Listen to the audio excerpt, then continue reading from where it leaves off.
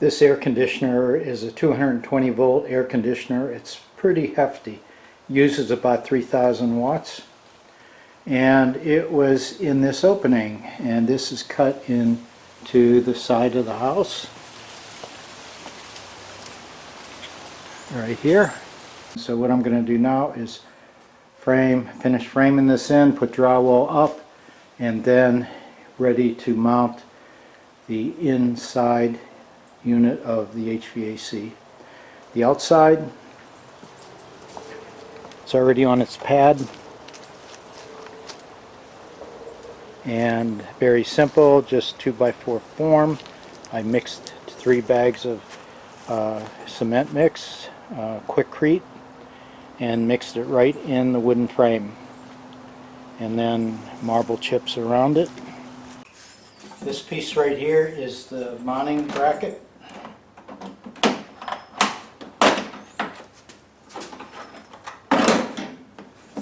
Okay, I have this unit upside down right now, so this will go on the wall this way. Okay, also one thing to note, there is some horizontal play when this is mounted, and I think it's about 4 inches that this can move side to side. So right from this location, I'm going to measure where this should be. The pipes, the drain and the air conditioning pipes will come right out here. These will pull out.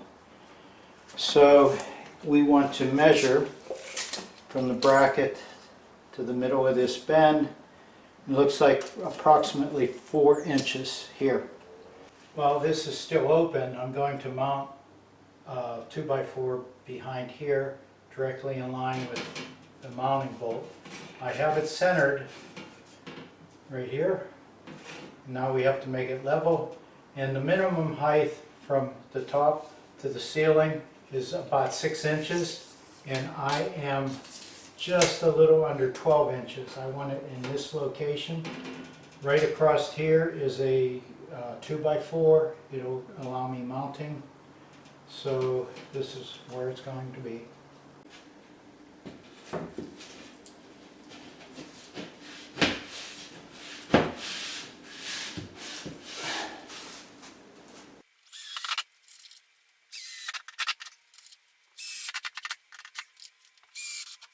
Okay, this is the bottom of the mounting bracket, and the access hole that goes outside will be from the bottom edge of this bracket will be 2.5 inches down, and then from this edge it'll be approximately 4 inches to where it will come through the wall.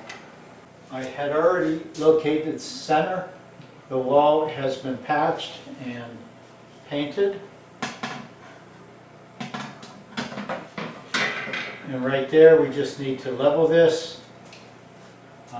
What you can do is put a level on it, or because it's more important that visually it looks level, I'm going to measure from the ceiling down, make sure that it's even, and then mount it. And then from here we measure 2.5 up, 4 inches over. There will be an exit hole right in here. That should be 3 inches. When you're drilling it through the wall, you want to drill in a downward angle so that any moisture will run outward. Also, the condensation line that's exiting will run down. You don't want any kinks where water can collect and back up. This is my 220 volt outlet for the air conditioner that was in this opening, and after it's been enclosed, the mounting bracket on the wall, from there we measured 2.5 inches up from the bottom here, and then this is the measurements that I took while it was stationary, 4 inches over. Okay, now the hole is for this tube, and it measures approximately 3.5 inches. So I don't have a hole saw for 3.5 inches, but I do have a roto zip, and I'll freehand the hole with the roto zip. The Freon air conditioning hoses are right here. Okay, we have to make this connection. Also, the drain is right here, and these will be pulled in this fashion right here. And then that will go right through the hole that I just drilled. And of course, the drain is the important one, that you have to make sure that it is always flowing downward, so there's no trapped moisture in there. Okay, the other thing that will go through there is the electric cable. So this I have to turn back on its back so that I can connect a wire. It will also come right out through here with the other connections. Here I'm looking at the face of the unit, and this pops like that, flips back. Okay, this panel here, we need a screwdriver to go in this hole, pry that up. The electrical connection is in here, so we'll feed up from the back into here and make the connection. Okay, have a screwdriver, just fits in.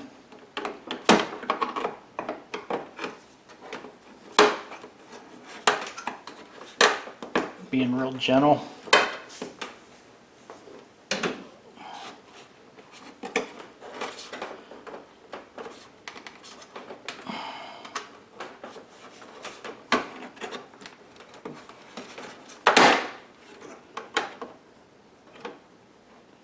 Okay, the clips are right here. I don't know any other way to get that out of there. Okay, now that that's out, we need to remove this cover.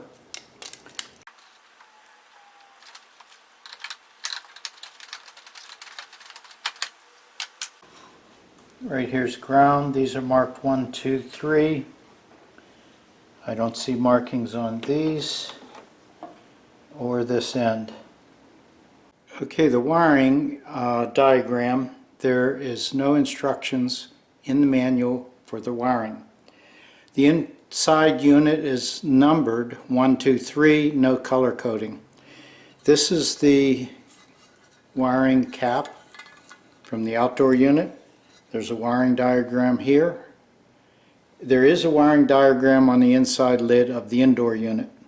Also does not label the wiring colors, just 1, 2, 3. So the wiring is not that complicated. There's 1, 2, 3 labeled on the outdoor unit, 1, 2, 3 on the indoor unit. If you mix the colors, as long as you keep the numbers together, you will be fine. However, practice is red is a hot wire, black is a hot wire, and white usually is the neutral return. However, when you're looking at this wiring, number 1 and 2 is connected to the power lugs. So 1 and 2 is red and brown, and the brown and red are connected together. Okay, what I do is I take a picture with my phone. That allows me to expand like this. Here's your wiring diagram. L1 and 2 and ground. You can see those. Ground is very obvious right here, yellow or green. And indoor unit 1, 2, 3, and you can see on the wiring on the inside it's brown, blue, black. If you look at the power lugs, they're coming over. You have a red connected with the brown, and blue connected together. Here is our terminals. This is outside. you can see how these jumpers are connecting over to 1, 2, and 3. Okay, after we wire these up, these will be connected to these points, the screws, our wires. We have white, black, red, and green. This is the normal color code of the wiring, of wires. So we'll keep red as number 1,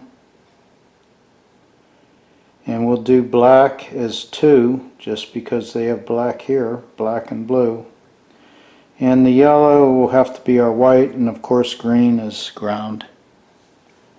So like I said previous, as long as we connect 1, 2, and 3 to 1, 2, and 3 indoor and outdoor units, the color is not that critical. Here's the outdoor unit. Okay, we can see from this one. Okay, ground is the green right here. And L1, L2, which is red and blue, comes over to number 1 and number 2. These two should be hot. So hot wires on the typical wiring would be red and black. White is a return. So I am going to, regardless of how this is, it would trouble me to hook this up different. So I'm going to connect red to 1, black to 2, and white will be connected to number 3. And of course ground stays with ground. Okay, here's our terminals. We can temporarily move this out of the way, and right here is some screws that connect to the cable clamp. So we need to come from the back side up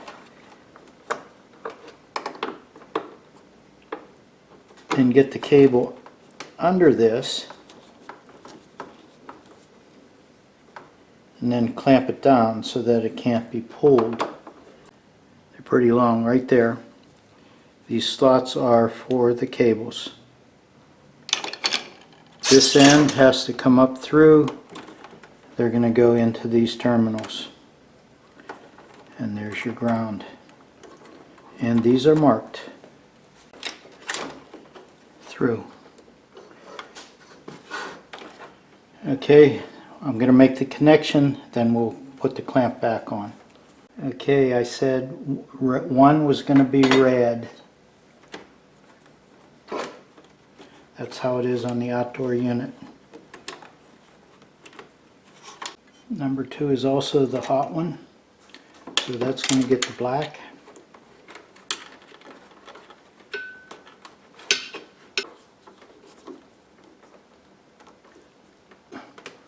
They're all snug.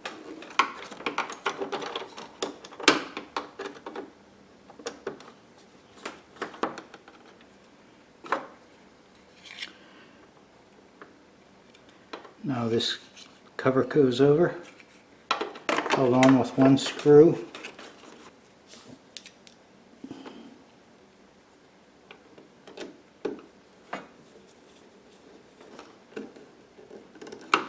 Okay, now these wires can be tucked back right there.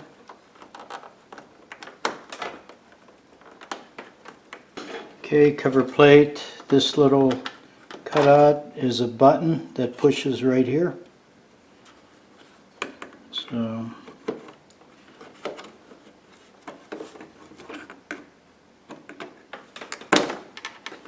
that's in. This one snaps in. These two go in. And it's back. Okay, here's the cover we just snapped closed. These wires are leading into, this will be the display, and same with this. We can close this. This is your air filter screen.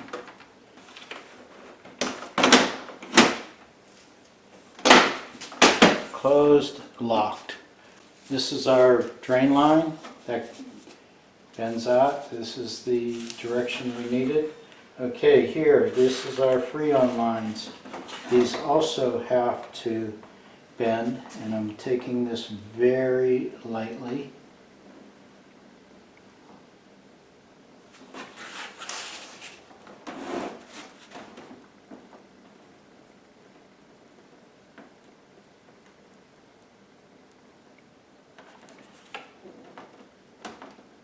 Okay, now they're bent at 90 degrees, and now we're able to connect these lines. These lines are not charged. The outdoor unit has Freon charged in them. And after these are connected, these will all be bundled together and like this, including the wire, and we're coming out through that 3.5 inch hole. Here I have the unit mounted on the wall. I did not connect the refrigerant lines to it. I just pushed it through the wall, and let me show you outside why I did not. Okay, here's the lines. Here's the electric lines, the water drain. Okay, these need to make a fairly sharp bend, and I need to get a pipe bender, tubing bender, and so I'm going to bend it with that. But the electric wires, what I'm going to do is I have some scrap PVC pipe. I'm going to run this through. This will be buried inside the wall.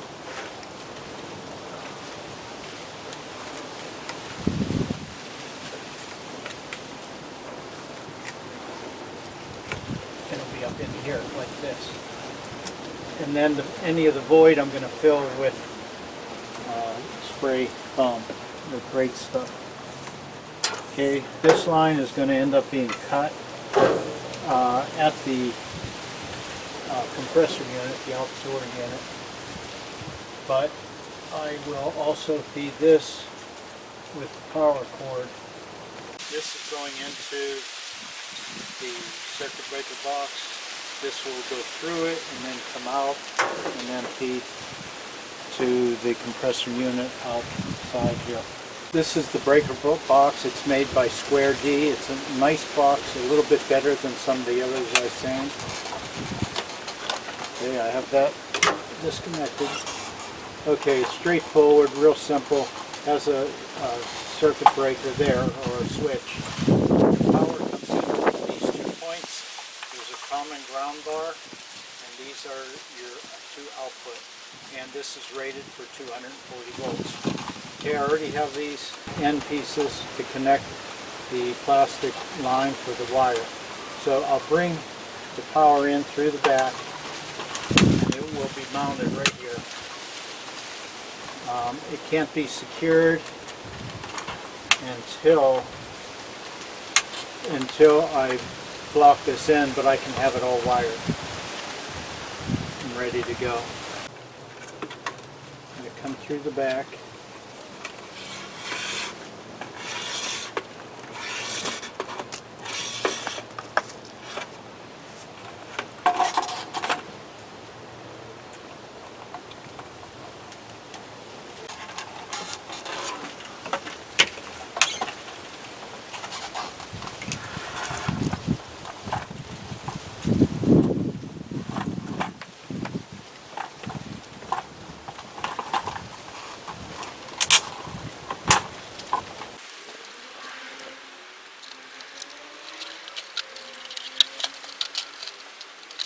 This side here, ground will go to the ground, and we have a white and a black that'll go here, and cable ground will also go to the ground. Okay, power coming out from here will go into this other cable, and that will supply power to the exterior unit. I may try to mount this temporarily, or I can get a block, the lower mount right here, there's something I can drill into, I think I'll do that, and then that will allow me to continue working on this. Okay, I already marked on the concrete where I can mount this.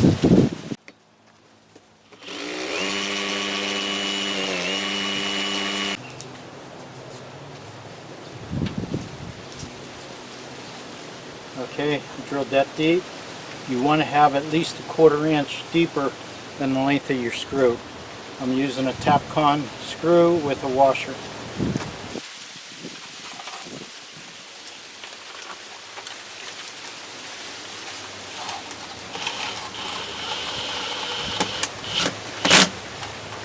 The wire here is 14 gauge. That 14 gauge will carry 15 amps. That is 12 gauge.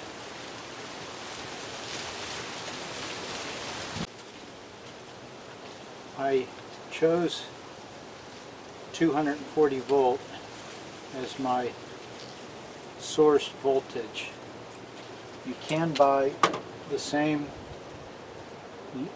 unit that will run off of 110 volts, but being 220, so that means you can have a smaller gauge wire as your source, and it will carry half of the current. So that's why we have done that.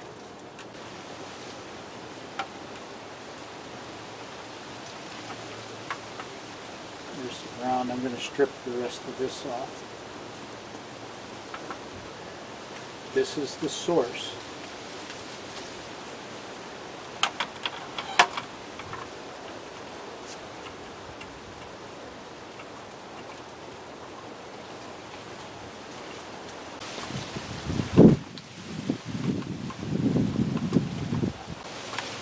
And of course you want to do this with the source voltage disconnected.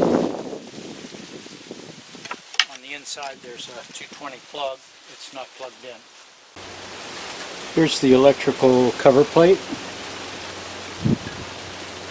The wiring diagram is on the inside of the plate. We need to have these plugs removed. You just push on those little tabs and they pop right out. Okay, now this is ready for the cable clamps. This is what locks the cable sheathing. You insert those.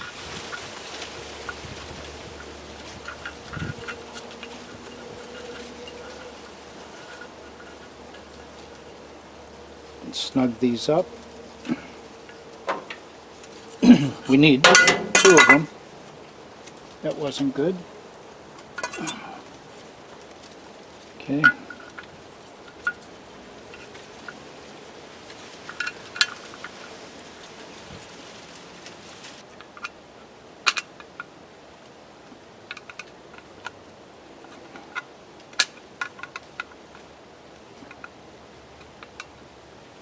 This cable conduit comes in a 25-foot roll. I'm going to set it out in the sun, let it warm up and relax. We need 20 feet of it, so we got more than enough. The sheathing conduit warmed up so it's a little more relaxed, and we're going to attach this. You have to remember to put your button on.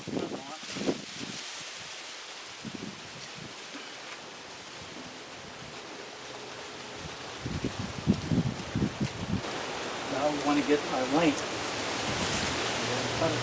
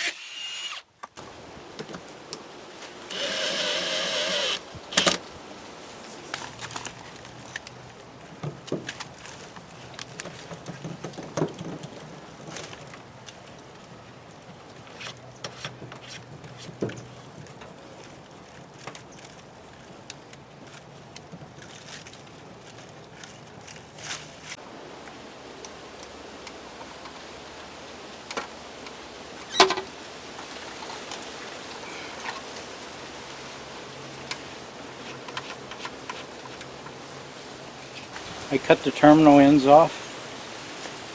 The line's going to be cut anyway. This is the power supply,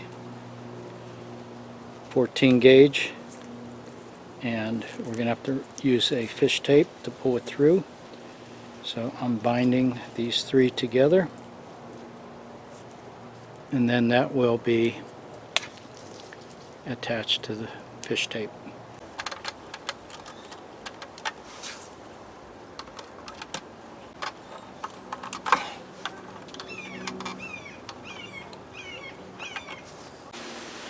Power in here, power out here, ground's connected together.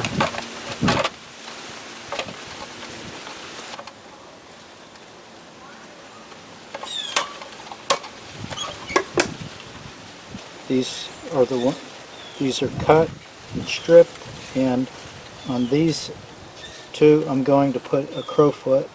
Okay, the black and the red. They're hot wires right there.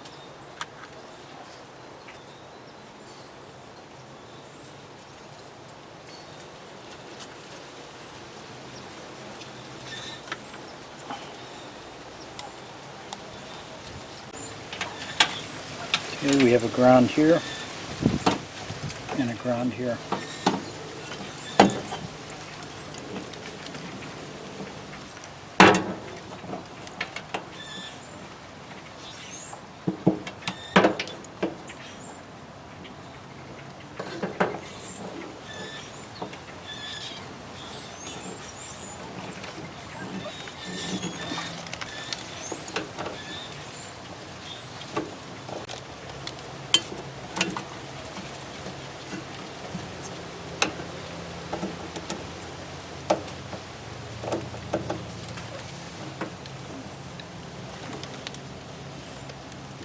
L1 red, L2 is going to this blue, which is also black.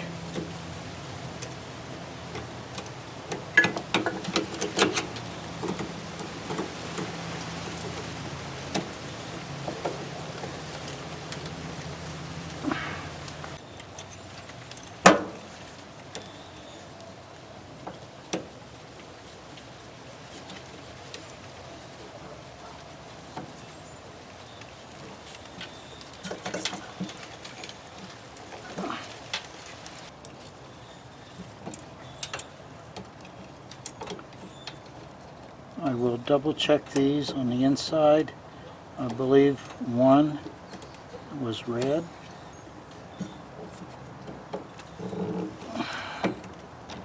Two is black. These don't go underneath the screw. There's a little plate that it's sandwiched between, which makes it even better than putting under the screw. And white was number 3. Okay, all together, and we have a little excess, and I had to remove these because I can't get to the screw.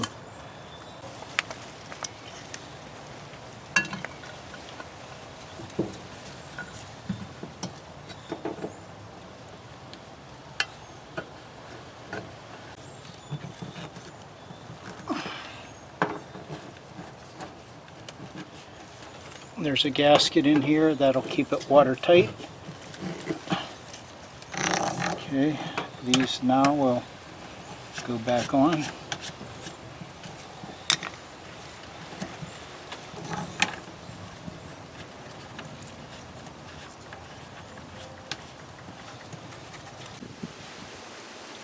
These caps, they should be sealing in nitrogen into the upper unit.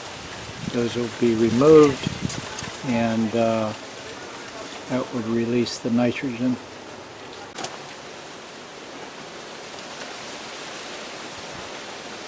Oh, that is a needle. Yeah. Hey, those knuckles look good.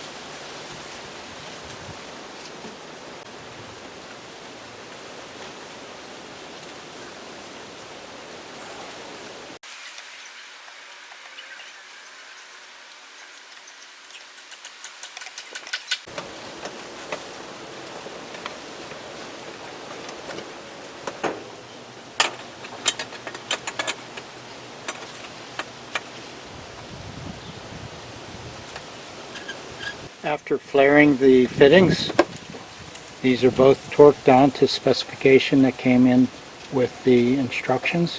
This one was 18 to 20 foot-pounds. This one was 49 to 59 foot-pounds. Here I have the vacuum pump running. I have the manifold hooked up. The yellow line is going to the center of the manifold block. And the red valve is closed. The blue valve is open. It's drawing a vacuum. The blue valve, the blue hose is connected to this port. Okay, the pump's been running for 15 minutes. Now I'm going to close the valve, turn the pump off. You heard it stop. Okay, now the pressure is locked. Now we're going to observe this for 5 minutes and see if the pressure drops. Okay, the pump is off, the line is closed. Now we're going to take the hex wrench into the high pressure side, a quarter turn open for 5 seconds. Turn it slowly.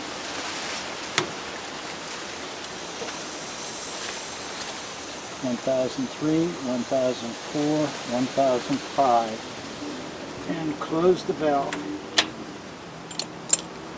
Here you can see the gauge. It's holding the pressure, and we let that set about a minute. So now we're going to open up both the low pressure and high pressure hex screws, and then replace the caps, and the system is charged. Okay, we're going to remove the pressure hose. Okay, now I need to get the Schrader valve off.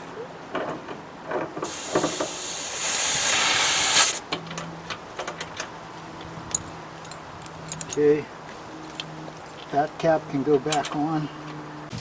Now what we want to do is open these valves, and you turn them all the way back.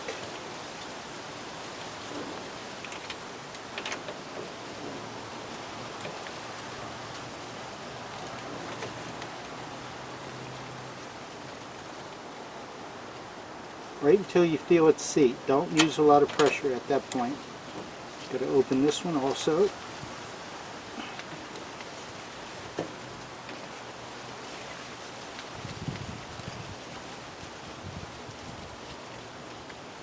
Until you feel it seat also.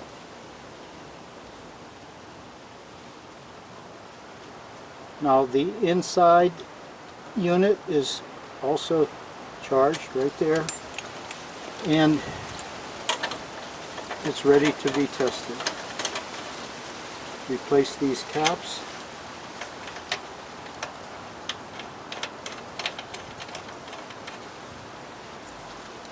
And I'm just going to snug these up just a tad. We don't want them to work loose. Okay, now we're ready to test the system. Okay, everything's hooked up. The unit does not like ground fault, so I had to remove the ground fault. And I ran it through the heat mode, and now it's on the cool air. I have it set pretty low, and it's blowing like crazy. It's actually getting frigid. The unit outside, you can hear the fan running like crazy. Pretty quiet. You can't hear it at all inside. Only thing left to do now is to clean all this up, mount the coolant lines to the wall, wrap them, and fill in that opening where the old air conditioner used to set. Well, thanks for watching, my friends. Bye-bye.